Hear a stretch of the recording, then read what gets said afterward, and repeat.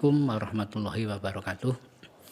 Alhamdulillah wassalatu wassalamu ala Rasulillah wa ala alihi wa ashabihi wa mawalah wala haula wala quwata illa billah. Anak-anakku semuanya, pada kali ini kita diberikan oleh Allah senantiasa kekuatan fisik, lahir dan batin. Semoga dengan adanya pemberian Allah kita gunakan maksimal di dalam rangka pengabdian untuk ibadah kepada Allah yang dikemas di dalam hal mat sama MTSN 5 Blitar dalam tahun ajaran 2020-2021. Anak-anakku sekalian, siswa baru di MTSN 5 Blitar, saya ucapkan selamat dan kali ini bisa bertemu di dalam hal kegiatan mat sama. Materi yang saya berikan adalah akhlakul karimah. Dalam materi ini didasari dalam firman Allah, innama bu'istu li utamima makarimal akhlak. Dengan adanya Allah mengutus Rasulullah tidak lain adalah untuk menyempurnakan akhlak manusia.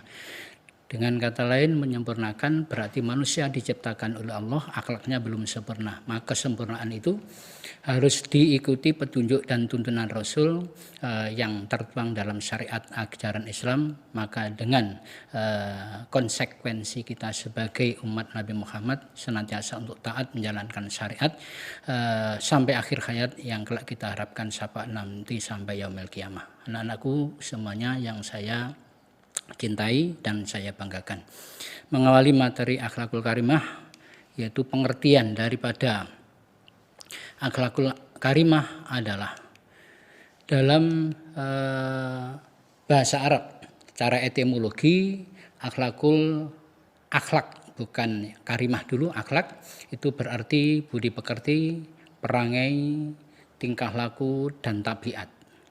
Akhlak berakar dari kata kholako yang berarti menciptakan, seakar dengan kata kholik yang berarti pencipta, makhluk berarti yang diciptakan, dan kholik yang berarti pencipta.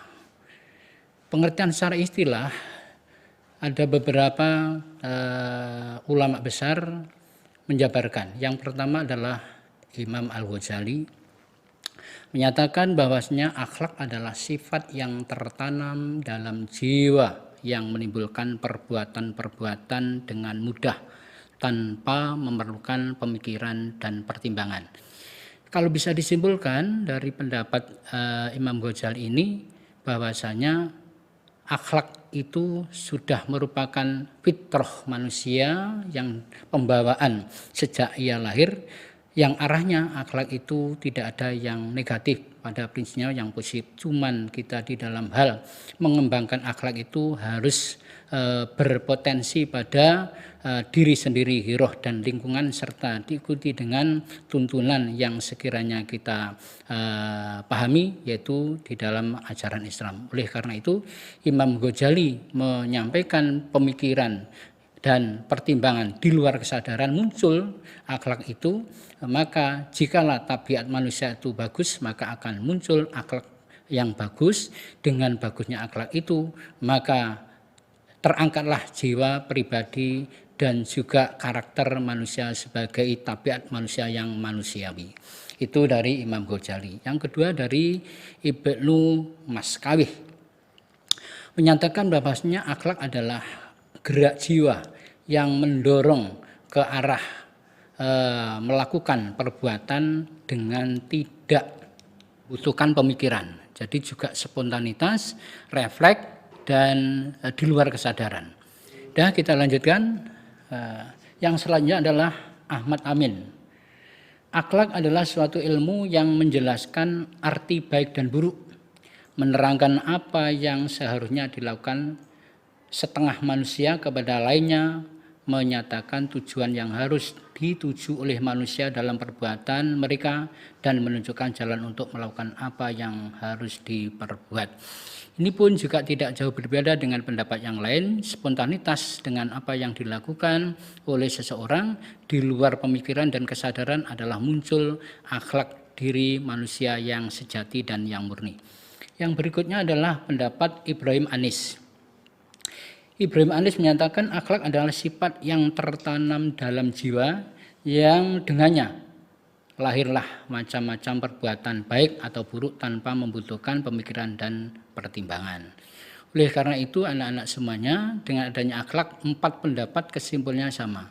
Adalah suatu perbuatan karakter yang muncul secara tiba-tiba tanpa disadari, itulah akhlak yang sekiranya murni yang dimiliki oleh setiap insan atau manusia. Anak-anakku sekalian yang saya banggakan, untuk selanjutnya adalah Abdul Karim Zaidan menyatakan akhlak adalah nilai-nilai dan sifat-sifat yang tertanam dalam jiwa yang dengan sorotan dan timbangannya seseorang dapat menilai perbuatan baik atau buruk untuk kemudian memilih melakukan atau meninggalkan. Sehingga ada 2 pilihan di dalam hal akhlak. Sekiranya orang itu mampu memilah mana itu yang baik maka dilakukan dan mana yang jelek ditinggalkan, itulah spontanitas yang dilakukan oleh seorang manusia, maka akan muncullah itulah yang dinamakan akhlak. Namun cenderung akhlak dari dalam sanubari manusia menyadari bahwasanya hal yang baik dan yang buruk pasti akan bisa membedakan. Cuman kecenderungannya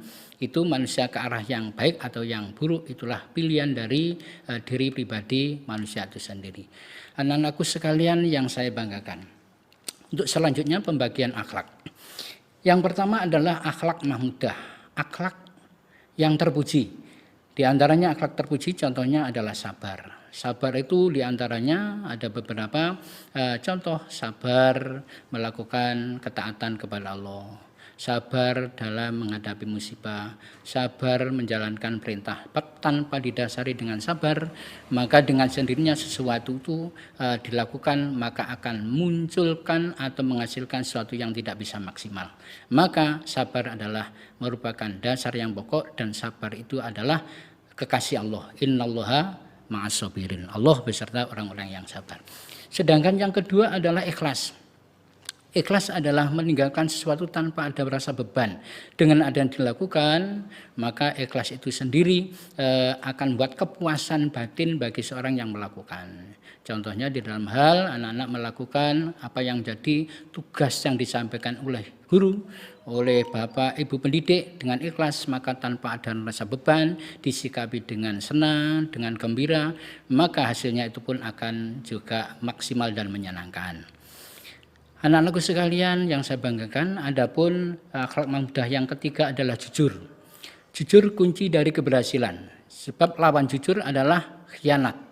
Tanpa adanya kejujuran, maka apapun yang dilakukan tidak akan bisa menghasilkan sesuatu yang maksimal, karena di samping hasilnya tidak bisa maksimal, juga akan dijauhi oleh temannya, oleh orang lain, dan lain sebagainya. Karena kejujuran merupakan pondasi dari keberhasilan apa yang anak-anak cita-citakan.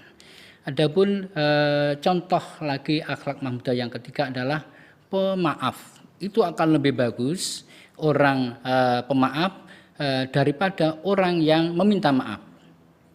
Logikanya orang minta maaf itu sudah wajar kalau dirinya melakukan kesalahan, tapi kalau pemaaf baik itu minta atau tidak, maka senantiasa orang tersebut akan lebih mulia karena senantiasa untuk membuka lapang dadanya apa yang dilakukan, baik itu menyakitkan dirinya atau justru menodai dirinya tanpa ia sadari. Maaf adalah suatu kunci sifat yang terpuji atau akhlak mahmudah.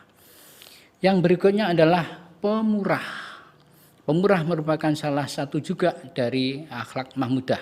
Dengan murah itu maka kebesaran jiwanya senantiasa akan diliputi rasa belas kasih, rasa peduli, rasa introspeksi diri, bahwa andaikan orang lain merupakan suatu contoh menderita, andaikan kita yang dikasih musibah oleh Allah menderita, maka senantiasa kita akan bisa ikut merasakan terhadap kepahitan atau penderitaan orang lain. Itu contoh dari akhlak mahmudah.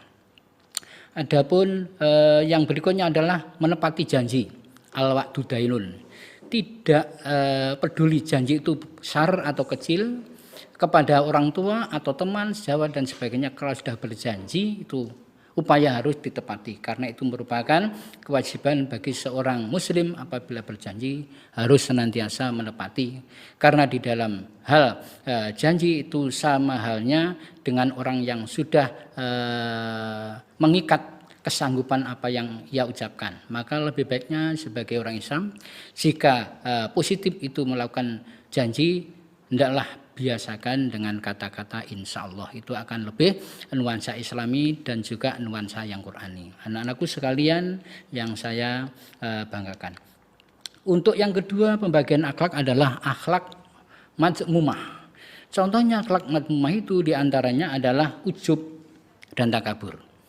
Ujub dan takabur adalah merupakan sifat yang sangat dibenci oleh Allah, Rasulullah, juga pada umumnya manusia dan teman-teman kalian. Maka dengan kerendahan hati, sekalipun anak-anak punya kelebihan apapun, jangan kelebihan itu dimunculkan sehingga akan muncul sifat takaburnya, sifat joknya, sifat sombongnya. Saya senantiasa ikut mendoakan mudah-mudahan anak-anak yang belajar di sini mulai menanamkan rasa rendah diri, juga tidak takabur, dan juga lebih akrab dengan adanya teman yang baru nanti. Dengan merendahkan diri, maka akan menjadi wahana untuk teman Anda, akan muncul teman yang sejati tidak hanya di dunia namun sampai di akhirat. Adapun akhlak mahmudah yang kedua adalah riya atau sum'ah. Apa riya dan sum'ah? Riya itu adalah menyombongkan diri. Sum'ah itu maunya ingin untuk dilem itu dipuja. Maka jangan merasa bangga kalau anak tidak dipuja. Sebab dibalik dipuja orang pasti ada yang membenci. Maka lebih baik dengan riya dan sum'ah itu dihindari. Adapun akhlak mahmudah yang ketiga adalah malas dan tamak. Kemalasan harus disingkirkan. Tamak pun juga tidak merasa cukup, apa yang dimiliki selalu kurang terus. Tamak diperbolehkan dalam hal yang positif. Contohnya tamak tentang ilmu. Sehingga apabila ia tidak berupaya untuk belajar yang sungguh-sungguh merasa ketinggalan dengan yang lain. Ibadah pun juga demikian. Oh, teman saya itu ibadahnya sangat taat, mengapa saya tidak? Ketamaan yang positif semacam itu dibolehkan. Tapi di sini karena tergolong akhlak mazmumah, maka cenderung tamak itu kepada urusan yang jelek. Adapun yang ketiga adalah dendam dan iri hati. Paham? Dendam dan iri hati berarti merasa sakit hati apabila anak-anak sekiranya mungkin dicemooh, mungkin dihina dan sebagainya, kalau bisa itu dihilangkan. Sifatlah pemaaf sebagaimana akhlak karimah. Yang kelima adalah fitnah dan penipuan. Dalam hal fitnah itu lebih menyakitkan karena ini hubungan dengan hati. Begitu pula dengan penipuan. Yang berikutnya adalah bohong dan khianat. Tolong anak-anak dengan bohong dan khianat. Ini penyakit manusia yang sekiranya tidak tinggal begitu saja karena setan apabila ada umatnya Nabi Muhammad yang senantiasa bohong dan khianat itu sangat luar biasa terkait dengan adanya kegembiraannya, maka kita konsekuen sebagai umat Nabi Muhammad hendaklah bohong dan khianat harus kita jauhi dan kita tinggalkan. Adapun yang berikutnya adalah bakhil dan takut miskin. Dengan bakhil dan takut miskin itu juga penyakit akhlak yang terpuji, maka hendaklah juga dijauhi. Nah, anakku sekalian yang saya banggakan, terus yang berikutnya kedudukan dan keistimewaan akhlak dalam ajaran agama Islam. Di antaranya adalah menempatkan akhlak yang mulia sebagai pokok risalah Islam. Sebagaimana mukadimah yang saya sampaikan tadi, innama bu'istu li utamima makarimal akhlak. Jadi Rasul diutus bukan pertama untuk menyampaikan risalah Islamiyah, contohnya sholat, puasa, zakat, haji dan sebagainya, tapi risalah yang pertama disampaikan adalah akhlak karimah. Sebab dengan adanya akhlak karimah maka akan bisa orang lain itu simpati, orang lain akan cenderung karena akhlaknya. Maka anak-anak pun juga demikian, apabila ingin berhasil misinya dimulai dengan akhlak yang karimah. Berikutnya adalah merupakan salah satu pokok ajaran Islam.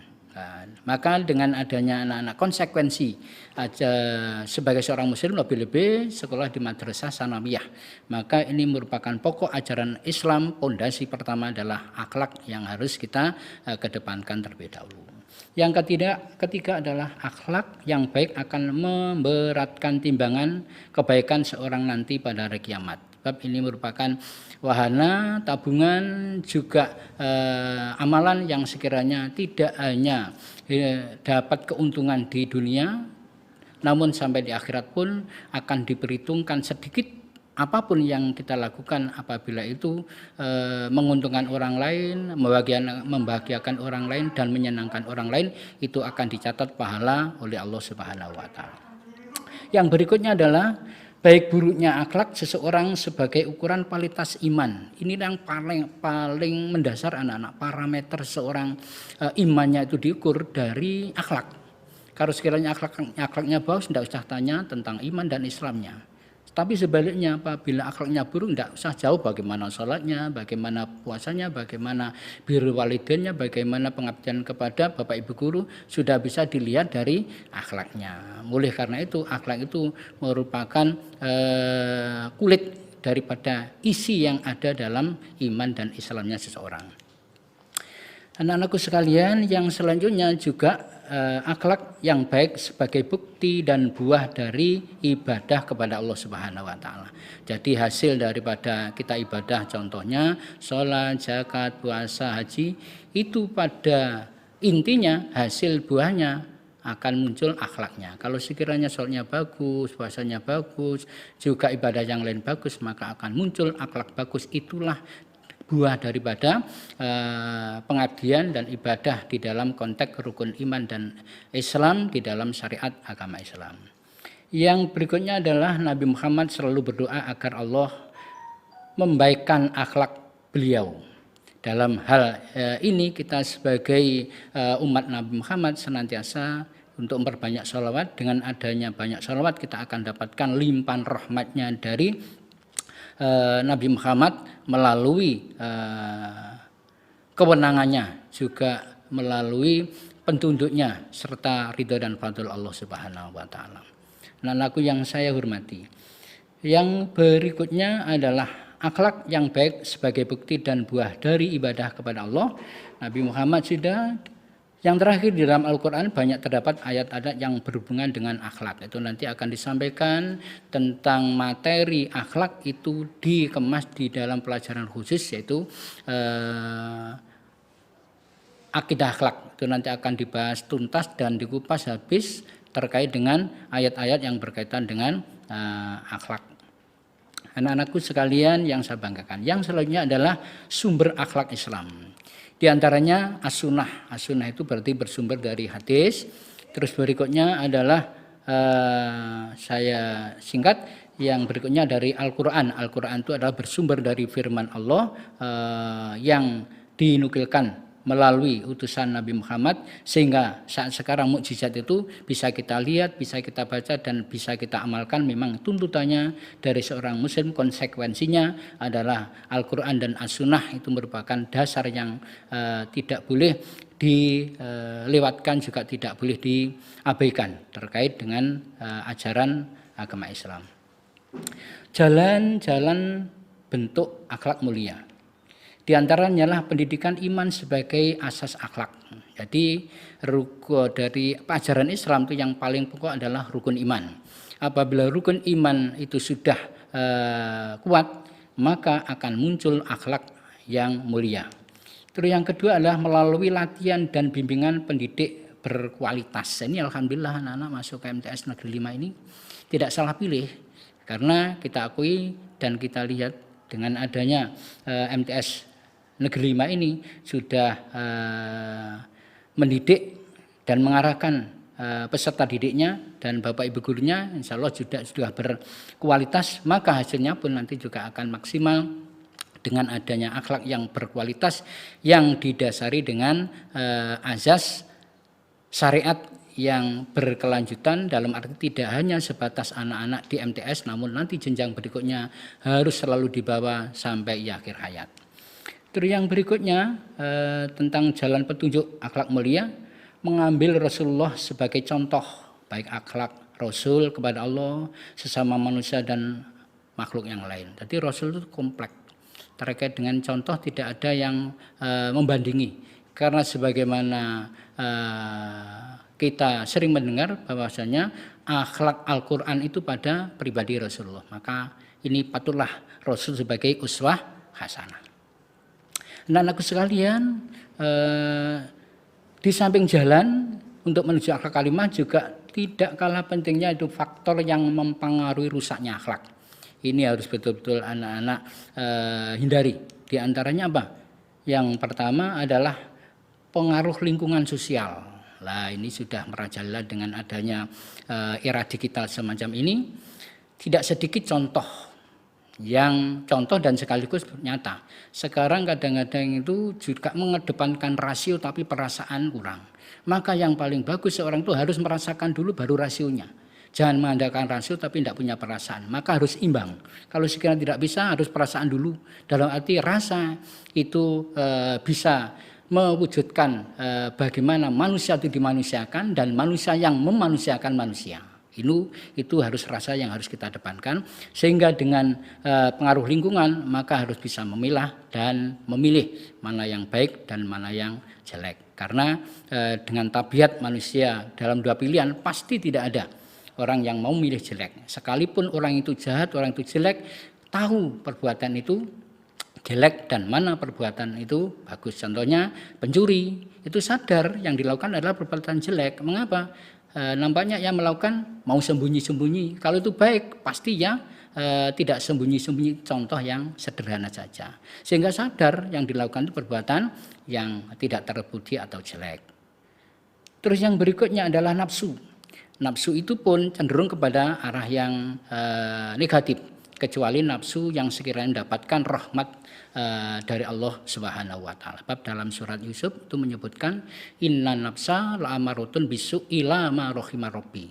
Sesungguhnya nafsu itu menuju ke arah yang jahat, yang jelek, kecuali nafsu yang mendapatkan hidayah, nafsu yang mendapatkan petunjuk Allah. Apa itu nafsu? Untuk berbuat baik. Tapi selain nafsu berbuat baik itu berarti nafsu yang harus kita jauhi karena itu cenderung kepada yang negatif. Yang berikutnya adalah setan. Setan itu juga merusak. Mengapa Allah menciptakan setan? Karena ini sudah sunatullah, di mana hidup di dunia ini senantiasa tidak serta-merta mulus. Maka Allah menciptakan namanya setan itu untuk menguji manusia. Kemanapun, dimanapun kita senantiasa diuji oleh Allah melalui hambanya, perangkapnya yang namanya setan. Bab yang jelas setan itu mengajak, menyeret, menyuruh untuk berbuat yang jahat, berbuat yang merugikan, berbuat yang menyengsarakan dan memberitakan kepada siapapun. Oleh karena itu setan hendaklah senantiasa kita jauhi sekalipun kita tidak pernah tahu, tapi diyakini bahwa setan itu ada. Maka biasakanlah anak-anak untuk melakukan sesuatu hendaklah berdoa dengan bacaan ta'awudz, a'udzubillahi minas syaitonir rajim. Anak-anakku sekalian, terus berikutnya cara mengatasi dan memperbaiki akhlak.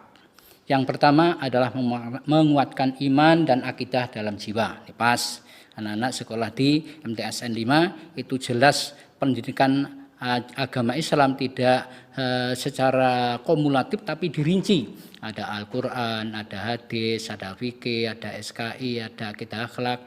Itu semuanya mengarah kepada untuk menguatkan iman dan akhlak dalam jiwa manusia, utamanya siswa-siswi yang belajar di MTS 5. Yang kedua, menjauhi perkara yang tercela. Ini sudah paham, akhlak tercela, ini sudah sering kita lihat dan kita persaksikan mana yang bagus, mana yang jelek, anak-anak itu otomatis sudah paham.